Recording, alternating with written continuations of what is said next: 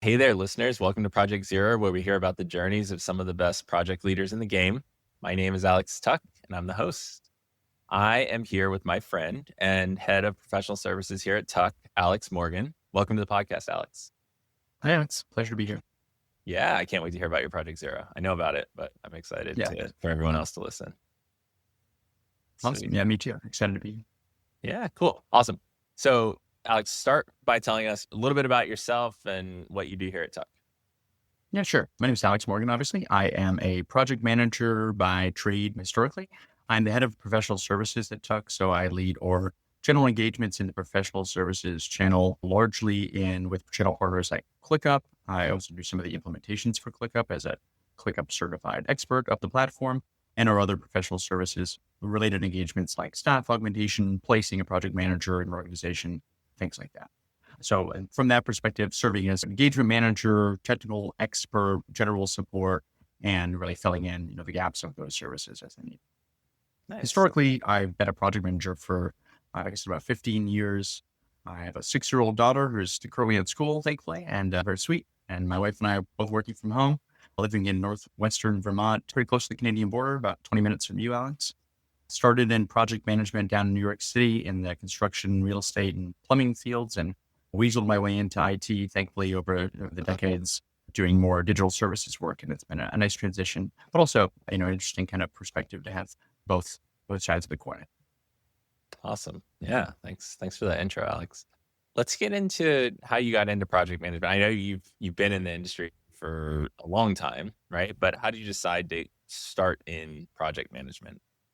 Yeah. So, I mean, like we've talked about this with a lot of our consultants, and it's funny how many similar kind of stories there are. I've never met anybody that said, I went to school for project management, or I said, this is the career path I want, and then I got into it. I'm sure somebody has, but I've never met them. Oddly enough, though, I haven't.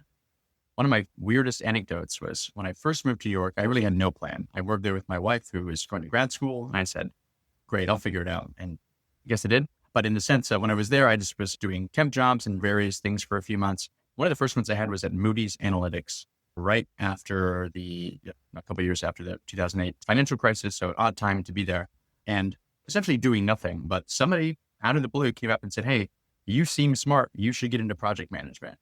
And I felt so confused why they were even saying that to me, but has literally stuck with me since then. And just by coincidence, I happened to do it. I think that's a very weird, very weird story, but it probably got my head in that area. One giving me the awareness of the words project management, which I really had not heard through college, and what the concept is. Wasn't any kind of mentorship opportunity. It was really just a pure out of the blue person that happened to say this to me. And then my first full-time position was doing administrative work, but quickly moved into project management because we had projects that we didn't call projects and we had the need to manage them. So I think that part of me is just evolving out of the natural needs of a small business is obviously a common story or larger businesses. But in our case, it really started from, hey, we have all this work we're doing. We have field staff doing engineering or needing to do engineering work and then needing to install things in various buildings in New York City. And there's all of these components that go into that. Somebody needs to order this stuff. And it started pretty simple. People had been doing the work already. So this wasn't really a question of getting the tasks done. It was a question of organizing that and making it more efficient. And just coming in with general knowledge of things like Excel and the ability to find other tools like Airtable and some other earlier project management tools that weren't quite as robust as things like Microsoft Project, but still allowed you to get that much more efficient management of your day-to-day work.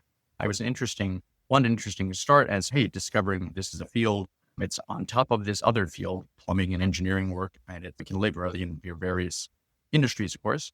And it's pretty interesting. I seemed to be pretty good at it at the time. And I think that partly it was just, it worked out well with our teams, but it really, I think for me, catered to some of my strengths with talking and being able to communicate with different types of people and staying on top of really the general needs and requirements and planning things in advance, general strengths one can have. But from the soft skills perspective, I think that was the first start of specifically for me. I started working at a plumbing engineering company in New York that was working in New York real estate, and daily I was talking to plumbers, people who didn't non-native English speaking plumbers, and all sorts of people in our office, obviously different cultures and communities in New York, and then real estate executives, building supers, facilities people, of across the spectrum of class and race, everything else in New York.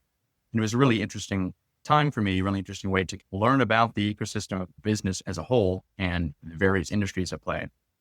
But like I said, catering to the strengths of, hey, I can talk to a plumber and then I can tell the plumber what the real estate person said in a way that actually gets them to know what they have to do and doesn't upset them, and the reverse. Or I can communicate what those, hey, here are the technical issues we run into that the plumbers can explain. How do I translate that into business speak or client speak that can, one, not tell them things that they either might get too worried about unnecessarily, but also giving them enough information to make the decisions they need to make.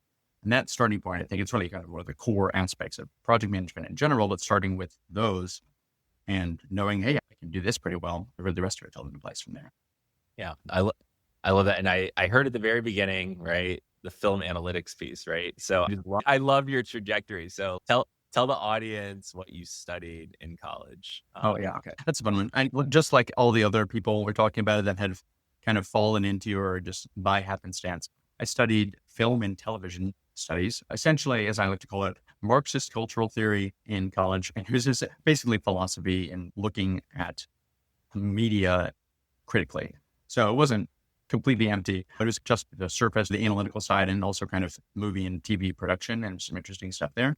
But by the end of it, I really didn't feel like I wanted to get into the world of grinding as a PA on some bad TV show for 10 years in order to maybe be able to write something for TV, which some of my friends have done, and I'm happy they did, but it wasn't for me at the time.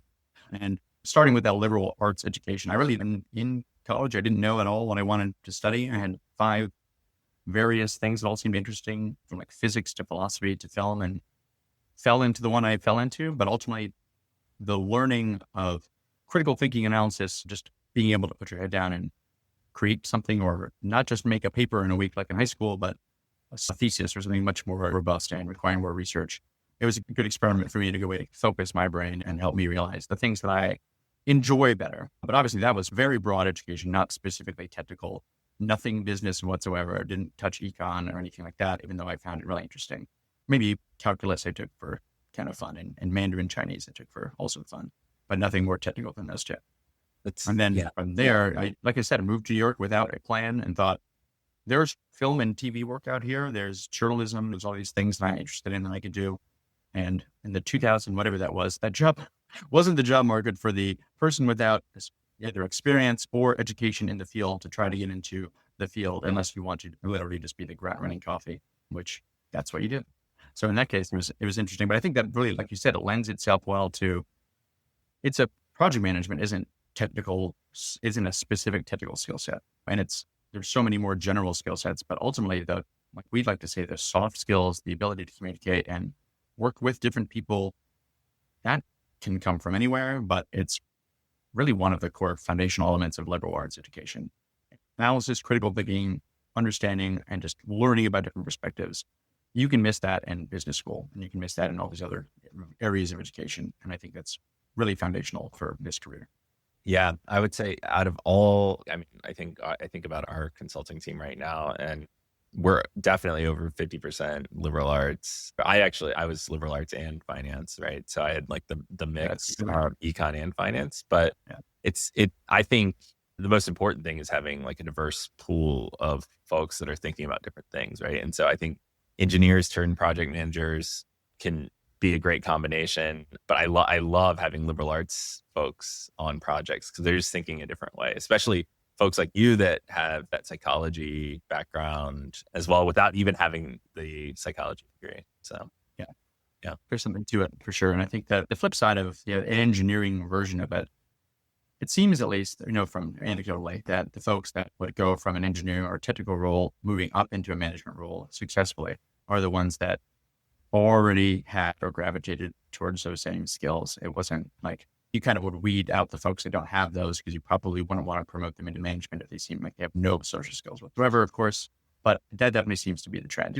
Similarly, I think most of the folks on our bench and in our ecosystem that are in this vaguely technical PM role, it's IT projects and similar things. You can't be a true Luddite, but they all seem to have technical aptitude that maybe it's not formal, maybe it is formal, maybe it's not, but it wasn't their bread and butter. So same idea. I think it's always this kind of balancing hybrid act. You need to have obviously those social and soft skills aspect, but you can come in from either direction as long as you can hybridize.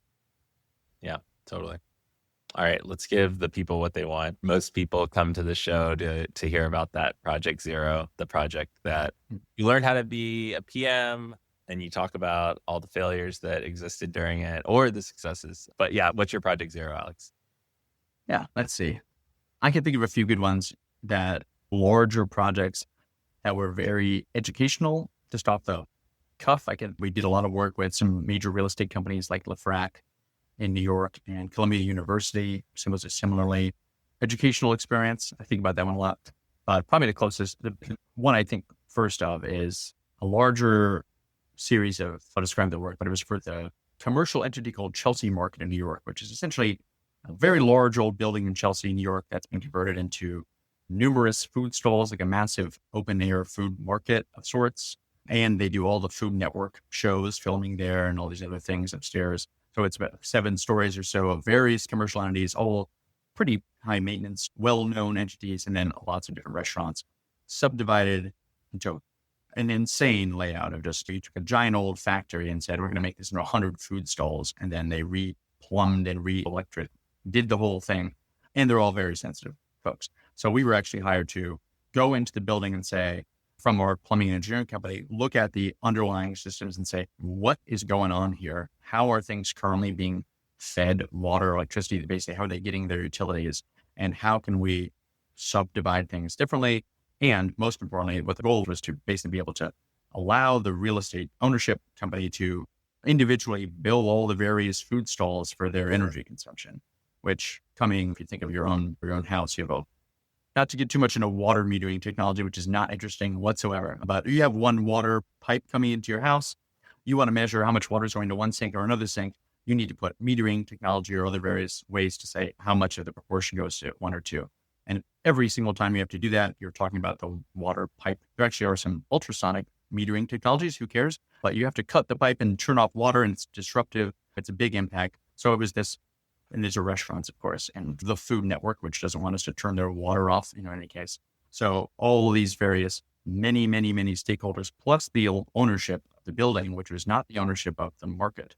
So property owner, commercial entity that actually ran the space, the hundreds and hundreds of, probably 150 different vendors and other owners of their areas, facilities people, and our teams, primarily working at night. I was a very large logistical undertaking, and really no problems, I'd say, other than just the occasional, hey, this pipe doesn't go where we thought it did, and we had to turn it back on all of a sudden, logistical issues. The things we learned were much more about ways we can do things more efficiently using tools. Like, we started with spreadsheets, we moved into more robust tools like Airtable that allowed cloud saving of the information, real-time updates, things like that. And then project managing both our team and the client side, their vendors, their numerous interests, and making sure that everyone was informed and aware of what's going on. Definitely was a big undertaking. It took about 2 years total to finish all the work, and then to continue. Our company still continue to work with them and did billing aspects for them. So didn't get our heads out of the sand for a long time, but it was definitely a very interesting engagement. And I think really if I think about lessons learned, it kind of goes back to what I was saying before. You have lots of different types of people, the stakeholders involved are very different. We have, not to mention, in addition to all the other stakeholders involved, in the middle of the process, the building was bought by Google, who decided to keep everything the way it was, but then say, we're going to build out an entire, I don't even know, data center or something on one of the floors. We didn't get involved in that, thankfully, but just one other additional very, sensitive stakeholder to include that was not even aware of what the work was going on at the time. So between all of those folks, it taught us a few lessons. Our team, their strengths, communicating things you need to communicate directly on site to a facilities person, from one facilities person to another, making sure that it was communicated. Maybe I can't do the conveyance of information myself, but I can confirm it was done or be aware, things like that. And then otherwise, any direct communications with the restaurants, they require a different kind of touch, different kind of sensitivity than the typical facilities person. And it's New York. Not every facilities person speaks English at all. So me, as a monolingual person, relied heavily on our bilingual staff, coworkers, to help facilitate some of that. So despite the communication strengths, there's definitely always gaps to fill. I think it was really informative in that sense and really productive. It was a good, healthy project for everybody. We made money. All the clients did well. Nobody was super disrupted, and beyond kind of learning to go with the flow and manage many, many different types of people. I think it worked out pretty well. Interesting. And I always think you downplay the level of interest in sonar Water metering. technology. I like to talk about water meters for a long time. I don't want to. Like whenever we start talking about it, I'm like, wow, this is so interesting. Because Or I mean, if you prevent- think about it, like that stuff, that's the stuff that like runs our world too, right? Like things that we just Yep. take for granted, right? The way water comes into your house.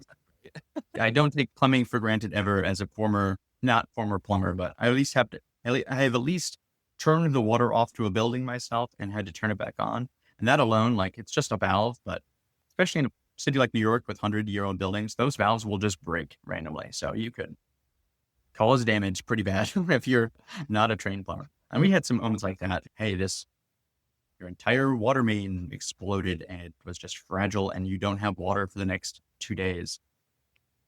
Yep.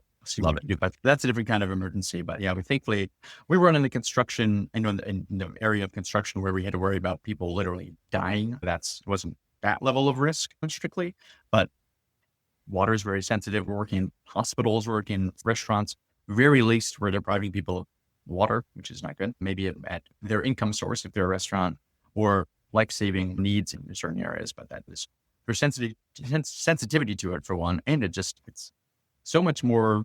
There's so much more in our entire world that's water dependent. I think people don't understand at this point, but everything AI is incredibly water dependent. Genes are water dependent, making genes. And then air conditioning in most buildings is water dependent. If you lose your water supply, your air conditioning goes out in most commercial places because at least a lot of them historically use water cooling systems.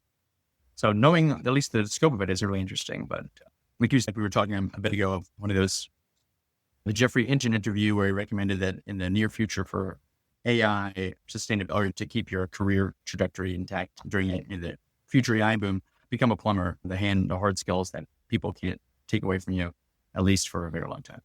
Yeah. I think that's something to that. It's always been true, but it's still very true. Yeah. I love it. He's like, if I had a kid today, I would tell him to be a plumber. Because AI is not very good at the mechanical stuff yet. We'll see. I'll believe it when I see it. Yeah. Awesome. Cool. Thanks for telling that story. That's fascinating stuff. And very different.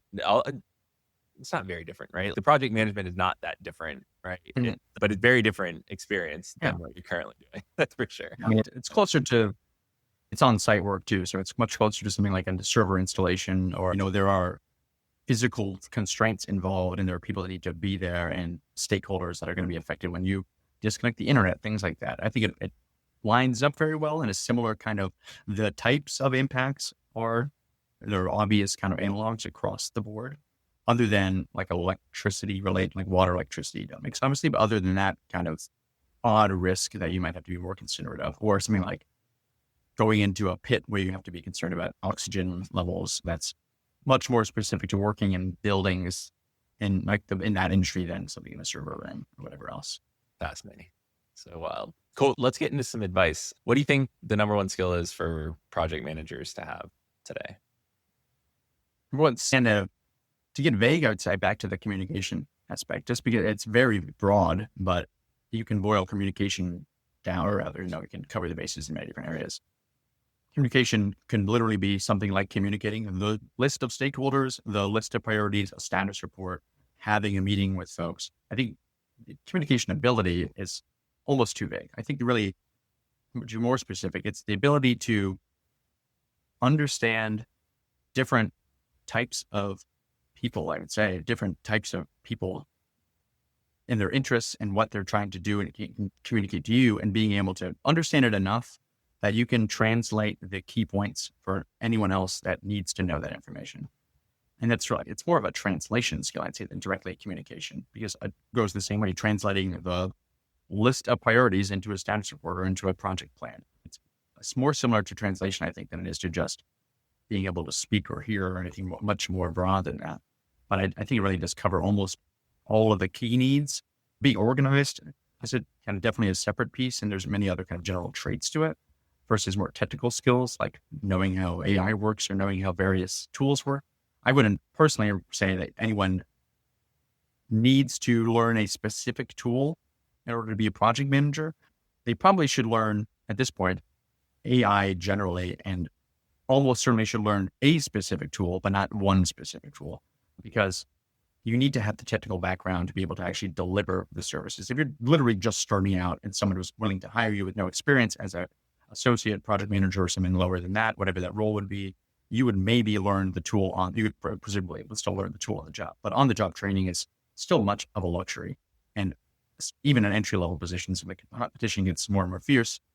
I don't know how you would even get project management experience before working in a professional environment necessarily, but you can at least learn these tools, learn how various features work in tools, talk the talk, and then walk the walk once you are able to get in.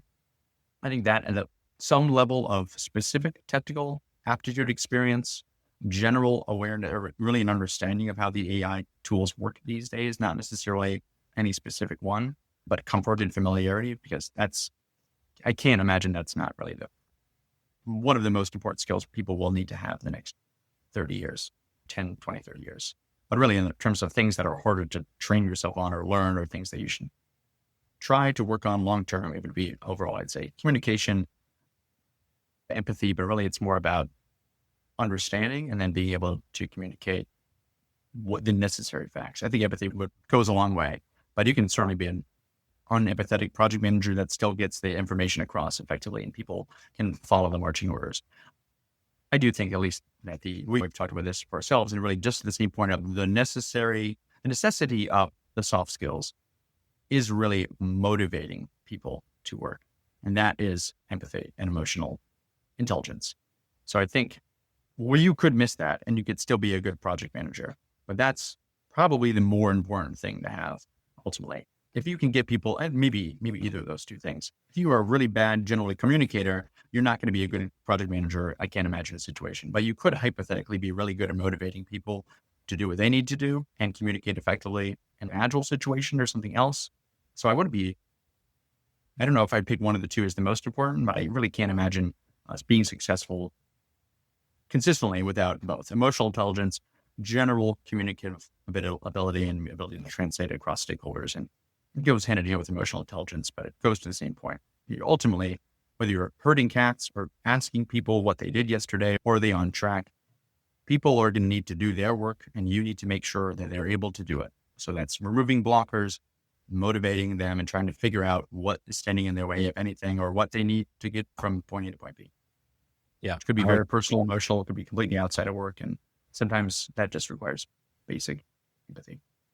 Yeah. And you alluded to, you started talking about AI a little bit and just becoming familiar with it. And I think making sure that's part of your trajectory. Like, how do you think AI is going to change project management over the next decade?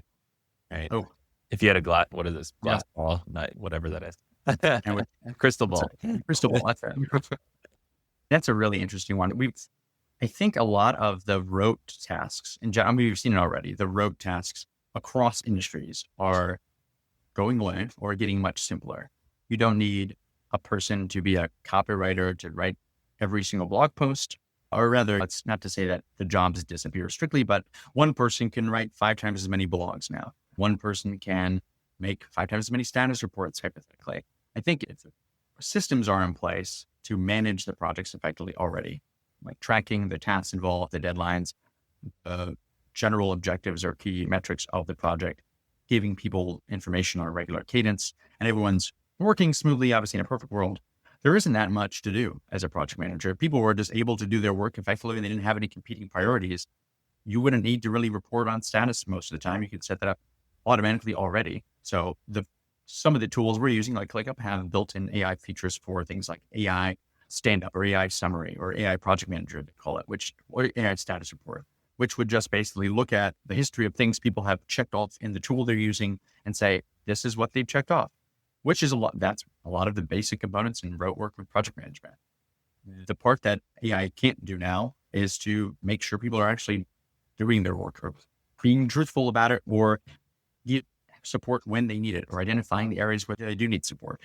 I think those tools can do a lot in terms of things like forecasting and finding the bottlenecks. For instance, you can look at 2 projects, and this one And maybe they're the same type of project. One moves smoothly in 3 months and there's a certain rhythm to it. The other one is much more stuck in certain phases. You can identify those bottlenecks really automatically with AI, just through basic math, basic analysis that you don't need to do anything really with it. It's just pulling data that already exists. So the ability for AI to solve some of these other gaps, like, hey, this is taking a long time. Are you stuck? Can I help you? That sort of nudging and or the social aspect, I think absolutely realistic to be commonplace. I'd say the next 5-10 years, where people aren't relying on project managers to necessarily make sure they know what they're doing or make sure that they are on top of what they're doing. But the role of the project manager, I don't think it's going to go away, at least in the sense of the much more nuanced aspects of, and people aren't going to have perfect systems. So there's never going to be a perfect analysis, or at least it's not going to be perfect analysis for a long time. There's always going to be other gaps, other areas, and the data itself isn't going to be super reliable unless people are really diligent about keeping their systems up to date.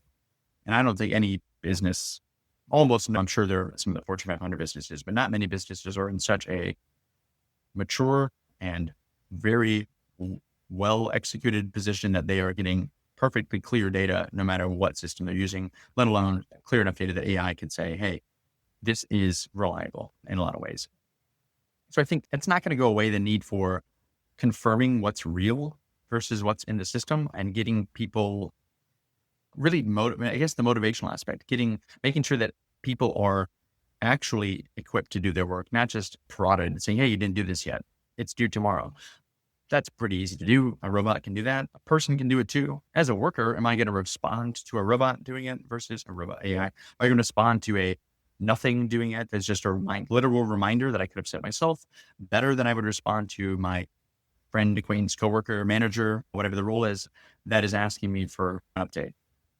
The social aspect, the social pressure, like the obligation of giving your work to other people and being part of a team, that won't go away. And I don't think AI will ever be able to fill that same pressure role unless there's some really truly draconian world of, hey, here's your paycheck the minute you submit your deliverable or something like that, which maybe that's the case. I don't think that's the social skills and the social need of it is not going away. I would be pretty shocked if the role of the project manager as a whole isn't very different, though, just given that so much of this rote stuff and so much of the, hey, set up this process so that we can be sure we're filling the metrics, serving as an intermediary between the delivery team and the leadership or whoever the other stakeholders are, the clients have to be. I don't think clients are going to be satisfied with an AI tool that's telling them what the status of the project is. They're going to want to talk to a person at a certain point, just like we all want to talk to people when they call customer service. When you have a problem and the AI is not satisfying your answers, it's especially frustrating.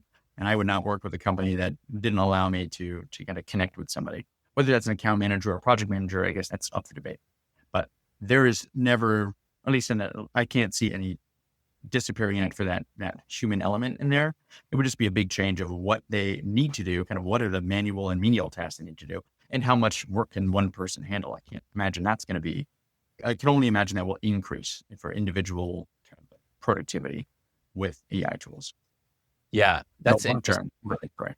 Yeah, I was at Agile 2025 last week. I was just chatting with someone about the future of AI, and we were talking about what AI can do, right? AI will be able to do a lot, like so much of what we do, from status updating, communication. Honestly, like probably will do it better than us in a lot of ways.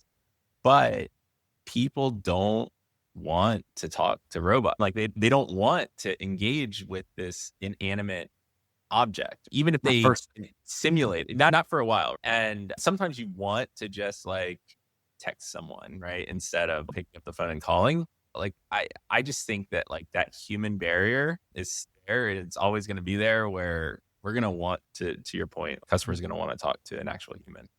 Yeah, for sure. And I think ultimately though, it's really the longer term thing of it, I think is much more volatile, because really what people are going to be involved in projects in the future. I think that's the hard question. It would make sense to me that a project manager role could even be more important, because if the project manager was the last remaining human involved and it's all AI developers or something along those lines, and you're the one, and AI could probably manage those as well. But if we're at some point where the AI is dictating both the success and the work itself, then we're probably pretty far in the future, I'd say. I don't think that to be necessarily the AIs are determining what the goal of the project is or anything along those lines for a very long time, maybe helping to draft the language, but that we're distant future, where we're all being replaced. It seems much more distant to me, though. How do we get there is my question, I think, because what things like developers, doing lots of developers, senior and junior developers are terrified and they don't have entry level opportunities. They don't have training opportunities. If you're graduating from college, how do you get in the field? How do you get any experience? It seems like the answer that is being put forth by the vanguard of AI and tech companies is become an entrepreneur and figure out how to develop your own whatever skill set. I don't know how that works for the millions and millions of people personally. I don't think there's a capacity for the entire world to be merchants and entrepreneurs without somebody doing some other foundational work that provides something below us. Ultimately, there's no developers to develop things, then what's the project that you're going to manage? If the developers are all AI, then maybe that's easy for them to develop. Yeah. But there are still people for a long time, at the very least, the longest term thing I can think of before something really weird in society is happening is there will always be a human client, or at least there will always be some person behind the money involved that's asking for something. Not always, again, that's foreseeable, I'd say, but there's a human involved that has the definition of success in their head or has the objectives in their head. And if that person is human, there's always going to be a need for another human to, I think, manage those expectations. I think more realistically, we're going to be receiving project requests from AIs than taking humans out of our entire work sooner. Yeah. And some AI process or something like that. There's always going to be a customer at the end of the day, and they need to see some sort of value created, right? And so whoever that is quote unquote buyer, right? And then they're always going to be involved, right? Until AI starts buying stuff from each other. Yeah. And those all the middle things AI works really well, which frankly, I don't know. Someone who uses it every day. I'm torn in the world of listening to these podcasts and these very alarming, smart, very successful people who are talking about 2 years from now, we're going to be in a dystopia. And for the next 15 years, we'll be living in hell. And then maybe we'll be coming out of an AI paradise. When I can't even get AI to write a paragraph for me that I don't need to edit myself. Like I can't get it to do voice to text right now. I understand acceleration of technology and kind of the nature of all that. It's not unrealistic that it would move much, much faster than it already has. But still feels like there's some pretty big gaps to cover, I think, before we're, being dominated by a race of robot overlords. That is so funny. Oh man. So thanks for test driving this new question about AI and project management with me. I think that it actually is very interesting to get different people's perspectives. And you and I talk about this all day, but people have some really novel ideas about how AI is going to impact our industry. And I think it's there to enhance it for quite some time. I think we're going to see a shakeup like at Agile 2025. Is Agile really dead? Yeah. Or did we win? Right. There's a lot of this like, hey, maybe we won and everyone just gets Agile and appreciates it and all the values are there. And now it's time to work on the next thing. Right. I think Agile is when we're like a CSM could easily be an AI because it's just about this stand-ups and check-in about removing blockers. And if they need to identify the blockers, then all the AI is doing is putting it together. Obviously, there's some other person involved that helps remove things, but that's a much bigger function, I think, or a much bigger portion of the pie that gets taken away from that technology. Yeah. But that was for comparison. I was talking to some friends who are not at all technologically inclined or in carpentry, things like that. And one of them has literally never used ChatGPT. And I would love to hear what they think. They're in sci-fi worlds and things like that. They're not unimaginative people, but I would love to hear how they think things might change for other fields. And just from any perspective, I think it's all such speculative fiction at this point that it's still really interesting. We'll see where the bubbles start to drop. That's right. All right. That was a great session. Alex, how do people get in contact with you? Yeah, I'm on LinkedIn at Alexander Morgan. Cool. Well, I think that's it. That was fun, Alex. Thanks for joining me today. Yeah. Anytime. See if I can find another story next time. That's right. And yeah, and thanks to everyone who's joining us this week at Project Zero. Be sure to subscribe Project Zero wherever you get your podcasts, and we'll catch you next time with the next great project leader story. All right. Thanks again, Alex.